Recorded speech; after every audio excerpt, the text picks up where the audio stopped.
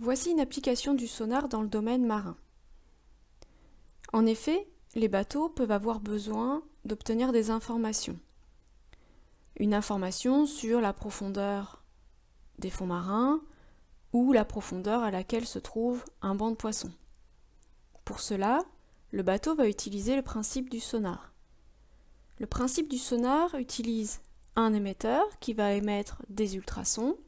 Ces ultrasons vont se propager dans l'eau jusqu'à un obstacle, se réfléchir et revenir vers le récepteur. Dans le bateau, pour pouvoir visualiser ces ultrasons qui sont émis et reçus, on va utiliser un écran d'oscilloscope. L'écran d'oscilloscope est ici affiché à gauche. On y observe la partie en bleu qui correspond au paquet d'ultrasons qui sont émis et la partie en rouge, le récepteur, qui correspond au paquet d'ultrasons qui sont reçus. Regardez bien le petit bateau. Ici, le bateau émet des ultrasons qui sont ici réfléchis par l'obstacle et ensuite il remonte. Imaginons que notre bateau soit ici, c'est-à-dire que le fond marin est bien plus profond que tout à l'heure. On peut constater qu'entre l'émission du paquet d'ultrasons et la réception du paquet d'ultrasons, eh bien, il y a plus de temps qui s'est écoulé. Alors, comment je le vois, ça, qu'il y a plus de temps qui s'est écoulé? Eh bien, en fait, on peut le distinguer grâce aux petits carreaux. Vous voyez, il y a des petits carreaux qui quadrillent un petit peu l'écran de l'oscilloscope. Chaque petit carreau est appelé une division. Et chaque carreau correspond à un temps qui s'est écoulé de 50 millisecondes.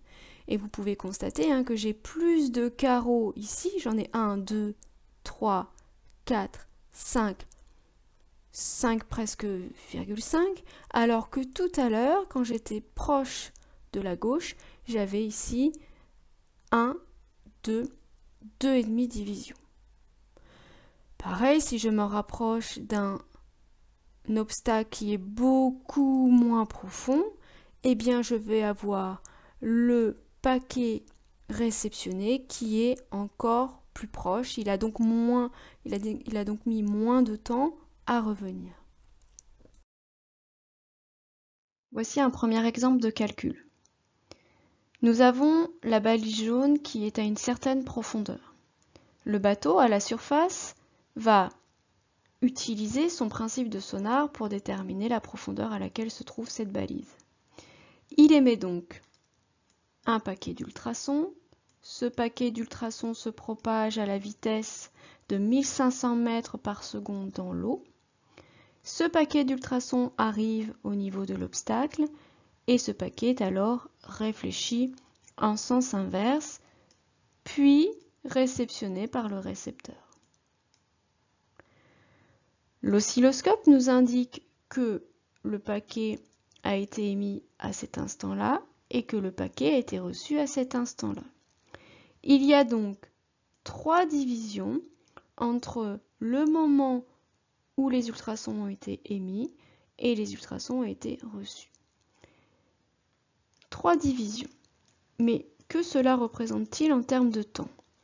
Eh bien, nous avons le calibre qui nous indique qu'il y a 50 millisecondes par division. Nous avons donc un temps qui s'est écoulé de 3 fois 50 millisecondes, soit 150 millisecondes entre l'émission et la réception des ultrasons. Attention, il s'agit là d'un aller et un retour. Nous, ce qui va nous intéresser ici pour déterminer la profondeur de l'obstacle, c'est uniquement le temps pour un aller ou le temps pour un retour. Il faut donc diviser les 150 millisecondes par 2.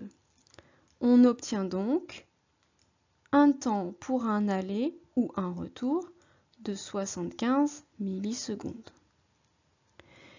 Sachant que la formule entre distance, vitesse et temps est la suivante, d égale v fois t, Nous allons donc pouvoir remplacer les lettres par les nombres. V, la vitesse des signaux sonores dans l'eau est de 1500 mètres par seconde. Le temps est de 75 millisecondes. Attention à l'unité ici puisque nous sommes en millisecondes et notre vitesse est en mètres par seconde.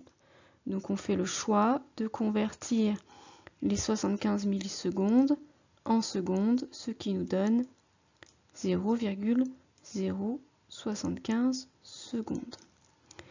Donc notre calcul est 1500 fois 0,075, ce qui nous donne, après utilisation de l'outil, la calculatrice, cela nous donne une valeur de 112,5 mètres. La balise jaune se trouve à une profondeur de 112,5 mètres après utilisation du principe du sonar et de l'oscilloscope. Voici un deuxième exemple de calcul. Là, on va essayer de déterminer la profondeur des fonds marins. Donc, de même, le bateau envoie un paquet d'ultrasons. Ces ultrasons se propagent dans l'eau à la vitesse de 1500 mètres par seconde. Ils arrivent à l'obstacle, puis sont réfléchis en sens inverse pour être ensuite réceptionnés par le récepteur. L'oscilloscope nous indique que les ultrasons sont émis à cet instant-là et ils sont reçus à cet instant-là. Il s'est donc écoulé 1, 2, 3, 4, 5 divisions entre l'émission et la réception. Comme tout à l'heure, il faut prendre en compte le calibre puisque une division correspond à 50 millisecondes.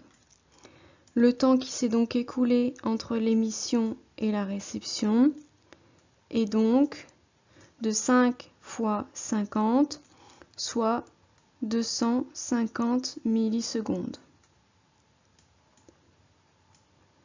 Attention, il faut prendre en compte que nous sommes dans un cas d'un aller et d'un retour.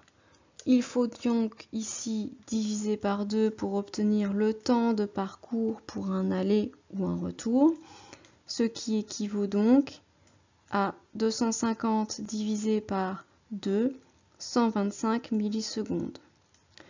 Convertissons dès maintenant en secondes. Nous avons donc ici un temps de parcours pour un aller ou un retour de 0,125 secondes. Nous connaissons la formule qui lie distance, vitesse et temps. La distance est égale à la vitesse fois le temps. Les ultrasons se propagent toujours dans l'eau. La vitesse est donc toujours la même, 1500 mètres par seconde, fois 0,125 pour le temps de parcours, ce qui va nous donner, après calcul, une distance de 187,5 mètres. Donc là encore, grâce au principe du sonar, émission d'ultrasons, réflexion, réception d'ultrasons, puis grâce à vos connaissances concernant les conversions et l'utilisation de la formule D égale V fois T, on peut déterminer la profondeur des obstacles dans les fonds marins.